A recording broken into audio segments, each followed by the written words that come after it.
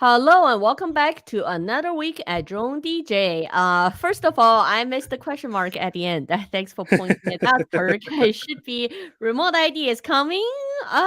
We don't know. That's part of the discussion. Let me share the news we found from a commercial UAV Expo this week. Yeah, which has made things even more confusing than it is, I feel like. It's not official, but a FAA official confirms at Commercial UAV Expo, and their exact words are, let me find it. You're going to get relief. It's just a matter of what that relief looks like. Yes, and then he literally goes on and says that this is a supply chain issue, and there's only so many chips in the world. So this looks like it's kind of a relief more on the not the consumer and making consumers are compliant, because let's be honest, most of us are flying DJI drones, and DJI Or the blue SUAS compliant.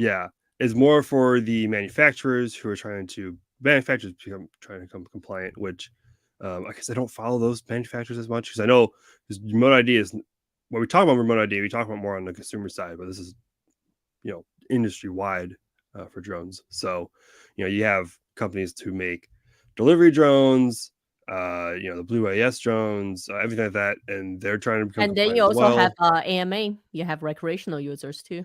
Yeah, so everyone's trying to become more and more compliant, building for those that don't fly drones that have it built in. You gotta get the modules and how many modules are produced, I guess.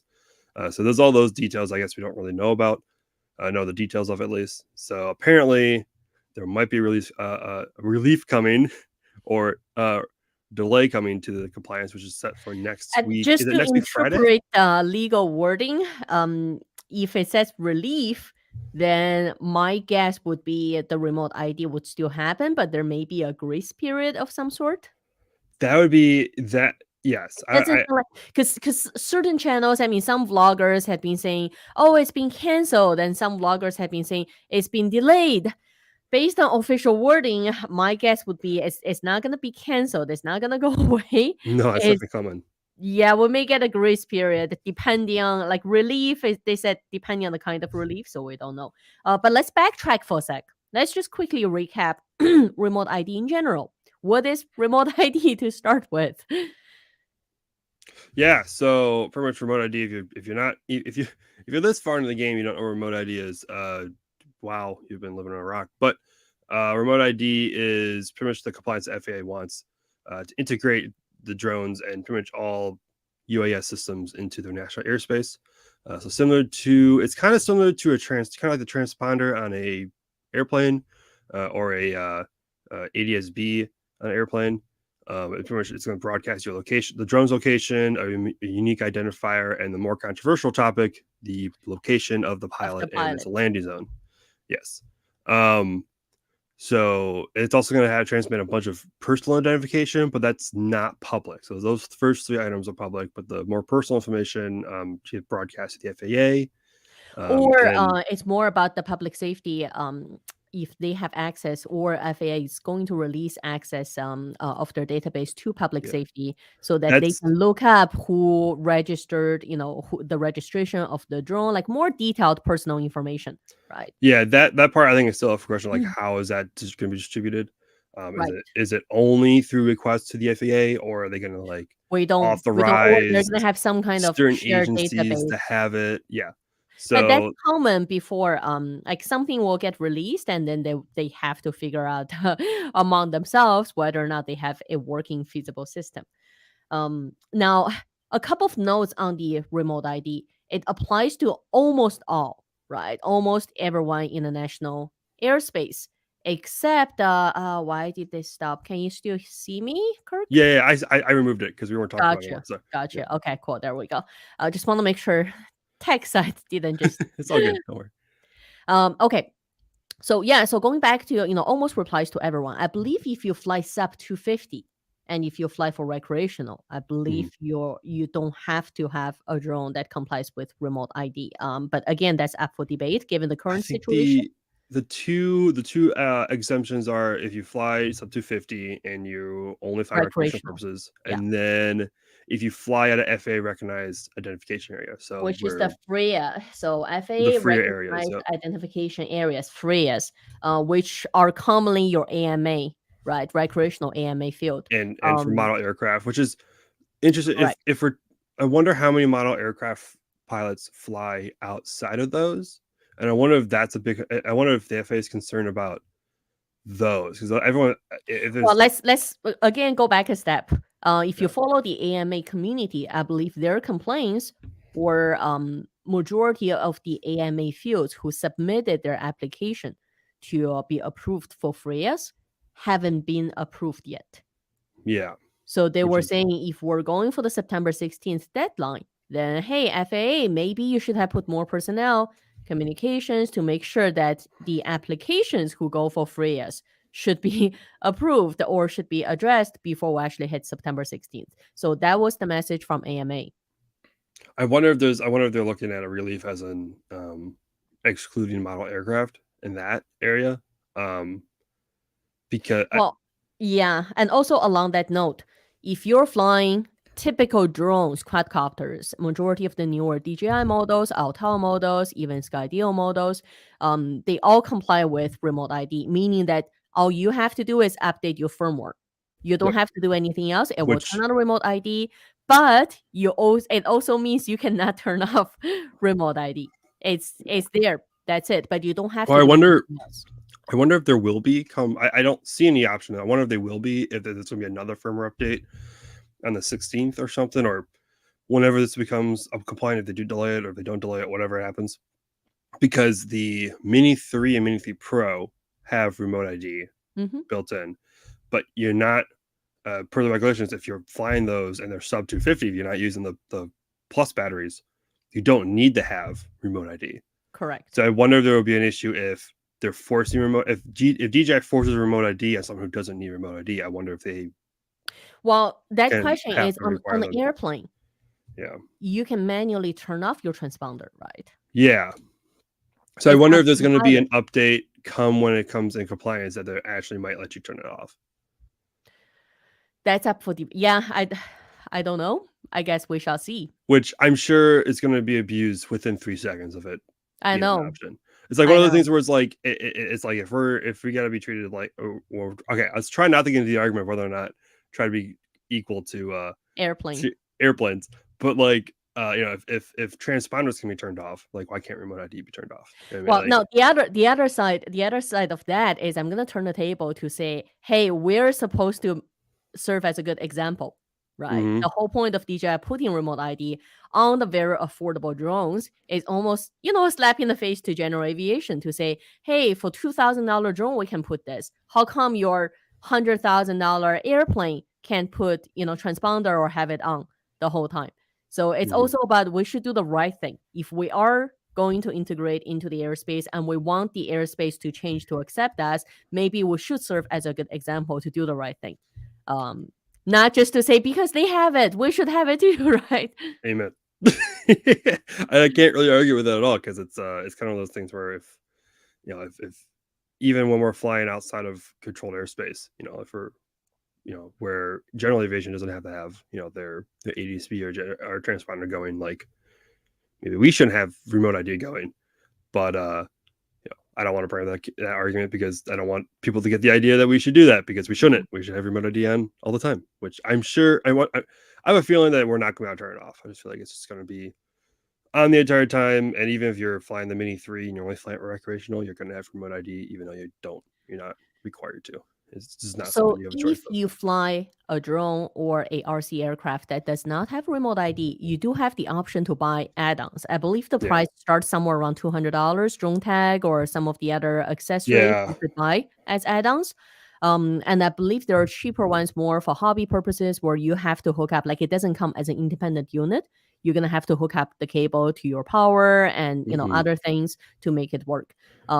Regardless, if you use a drone that doesn't have remote ID and you still want to play with the rules and be compliant, you can buy additional modules to make it compliant. So those Yep. are hardware options. Now let's talk about the big the big discussion is we talked about this ever since remote ID was proposed, was about to come out. It's always what kind of information is put out to whom, right? Is it to public? Is it to law enforcement? Is it to other pilots? That's the part that's still unclear. And from my pilot team, the big concern they have is some people have tested. So if you test any of the remote ID app, have you ever gone to about to pick up someone from the airport and you get one of those flight tracker apps on your phone, right? And Hmm. it tells you exactly the flight you're about to pick up someone from, where it is, when it's about to land, so you know when to pick them up.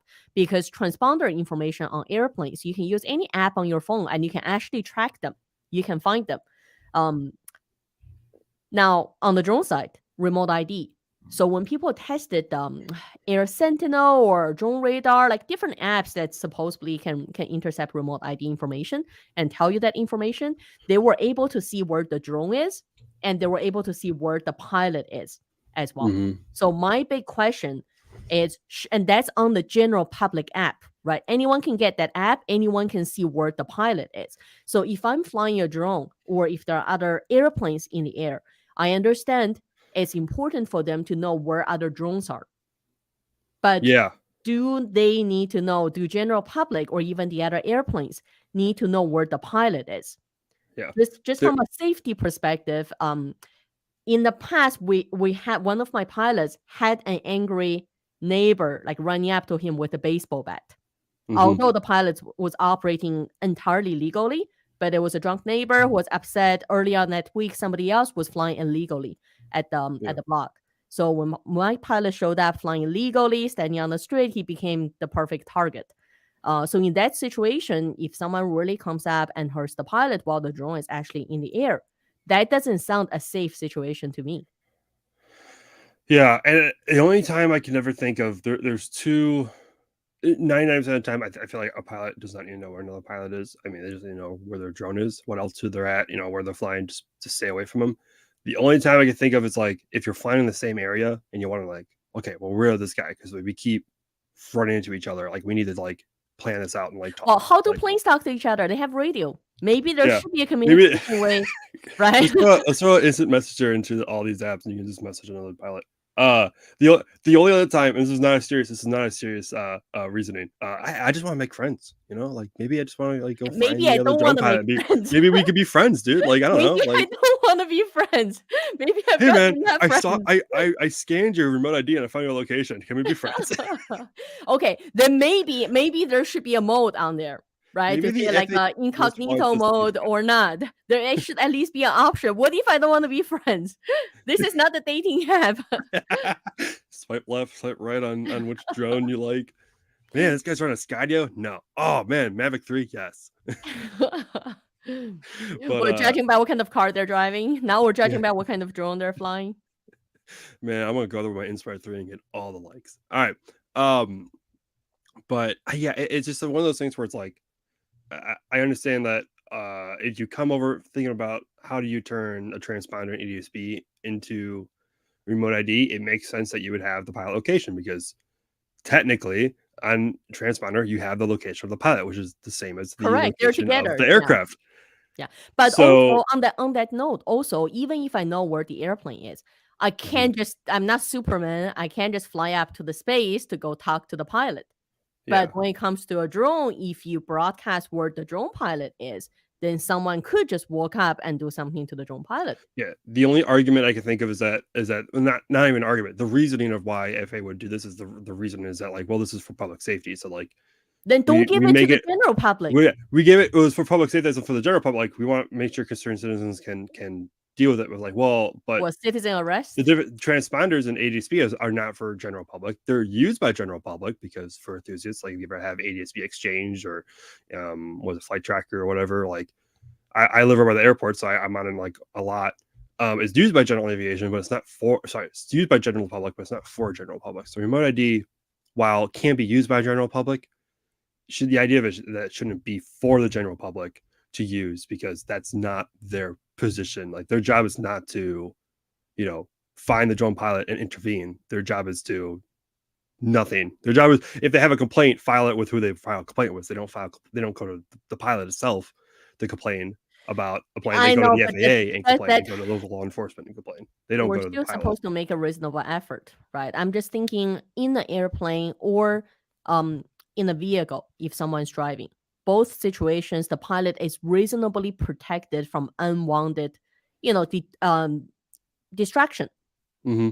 Like if I were driving a car, yeah, someone can see me driving a car, but I can choose to stay in the vehicle, lock the door if someone wants to approach me or do something or talk to me even. Right? I have the ability to say no, to refuse that. But in a drone situation, most of the time pilots are standing out there. Right? We Hmm. don't have anything around us to protect us like a cockpit, like a Yeah, we're car. not we're not 1,500 feet in the air. Like we don't have separation. Like we can lock ourselves in our car, but then you can't fly a drone properly that way either, Yeah. according Should to the I FAA. think there should be some kind of protection for the pilot. Yeah, there in the current system there isn't, and I think it's an issue. And but whether And or not even the for the FAA drones, I mean, changes that, I don't know. let's say even if we remove the pilot location, if someone really wants to find out, they could follow the drone, wait for it to land, right? Find out where it's landing, and then Yeah, the pilot is there. But at least in that situation, the drone has landed.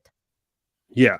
I feel So like the once it gets pilot would below, at least have the ability to, talk to you or address the situation. yeah, and I think if this is like if it makes sense if this is just since remote ID is either there's really only two options. There's the three there's the general public remote ID viewable information, and then there's the FAA only viewable information, which is who the drone is registered to, your information, your registration ID, all that stuff, which is what you would normally get when you look at ADSB tail numbers and stuff like that. Um, and so if there's a third option where there was the general public, there was one that was if you're in, for public safety, and then you have one for the FAA. And so you would just your general how everything else works is that the law enforcement will have their special one that sees your location of where you are and where you're landing, all that stuff, and the general public gets like a delayed, like maybe it's like delayed by like 15 seconds or 5 seconds, something like that. So it's not real time, and then you have if the FAA, if the law of public safety, if the general public complains to the public safety finds your location, they go talk to you. If they need more information, they have to subpoena or they have to get a warrant or, whatever it is to the FAA to get, more information. General, system of how the law enforcement works versus just, well, the general public have your information, have pretty much not all your information, but your personal location. And it's just kind of like, who needs the public safety because you can just deal with it yourself. So if they had that third option where like only public safety can see a location, this would just there wouldn't be a problem. Like it makes sense for public safety to have your location, but not necessarily for General the public. general public. I feel like we're just continually arguing the same point. Yeah. Yeah. Well, we'll see. We'll see what happens. So at this point, we have 8 days countdown to the original proposed deadline of September 16th. Yep. And so it's Um, important to probably take, even if there is a delay being talked about, it's important to still take inventory of what you're flying. Of course, our audience is mostly quadcopters and stuff like that, so it's pretty easy to figure out if you've bought pretty much any new drone in the past, I don't know what, 5 years or so. You have remote ID compliance. Pretty much all DJI drones, all LTL drones except for the Nano. The Nano doesn't have um, remote ID, but that makes sense since, well, doesn't make sense. I guess it makes sense because the Nano is really only recreational. The purpose of it's recreational. But like if you but if you you end could up using you the could choose Nano to. Plus for professional, then you have to throw a remote ID module on it. But I don't see a lot of people using those for professional use. The Light Plus, though, the Light and Light Plus, which are phenomenal drones, especially the Light Plus, they both have it built in. So Skydio has it built in, but then also if Yes. you're still flying Skydio with them not even supporting consumer products anymore, that's up to you, I guess, and your needs. So whatever. But make sure that you're compliant still. Like, don't don't expect there to be a delay. Get ready before September 15th. Don't be ready So here's before my here's my September final note. 17th. Here's my final note.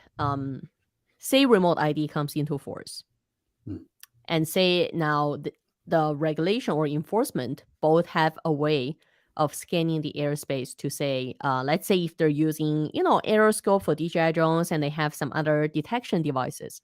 So they scan the airspace, they can see the drones in the airspace, and they can see which drones have remote ID turned on. Does that mean they can filter to say, okay, out of the 10 drones in the air, 6 have remote ID, 4 doesn't? Hmm. Then would those be the 4 they go and check to see if they're actually compliant? Versus before, it would be more difficult for enforcement to say, okay, there are 10 drones in the air. We don't know if they're flying compliant or not. But at least Hmm. this gives them that first filter, right? To say which ones don't have remote ID.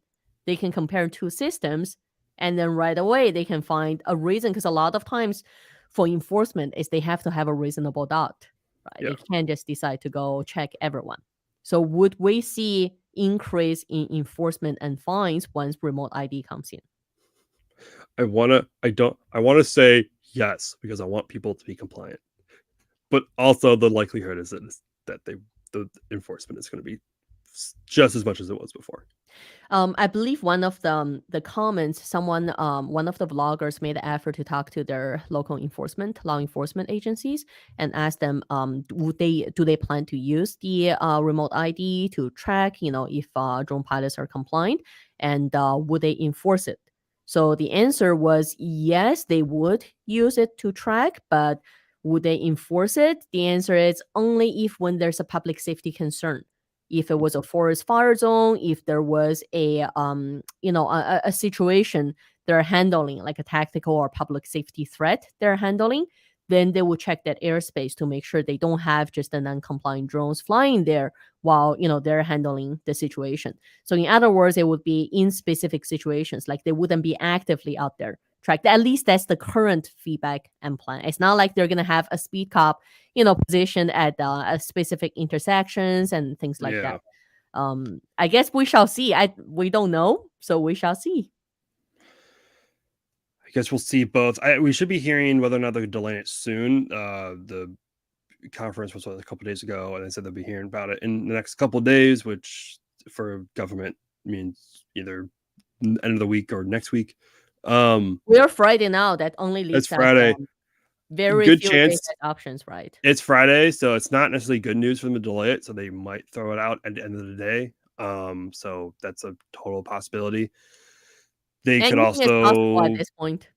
anything's possible. I mean, yeah, I would suspect I wouldn't be surprised if they throw it out at the end of the day in a press release. So that might be something I'll have to watch today. But also they could come out next week sometime with it. A delay last minute for the government is pretty not. It's not surprising.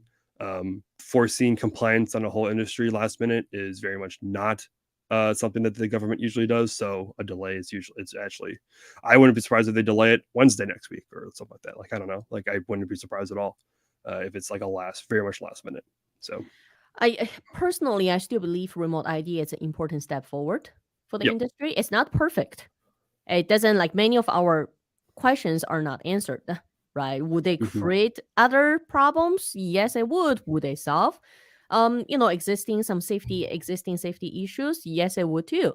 So there are several unknown factors in there, and who's administering it and how are they enforcing it? Our general public or our drone pilots actually going compliant with it? Those are all unknown factors. So I guess we shall see. We shall see indeed. Well, by next Friday, at least we hope to come back with updates on FA's official announcement before September 16th, because I believe September 16th is September 16th is the Saturday. Interesting. So, yeah, so it really leaves us just before next Friday. Stay tuned. We'll see you back here next Friday.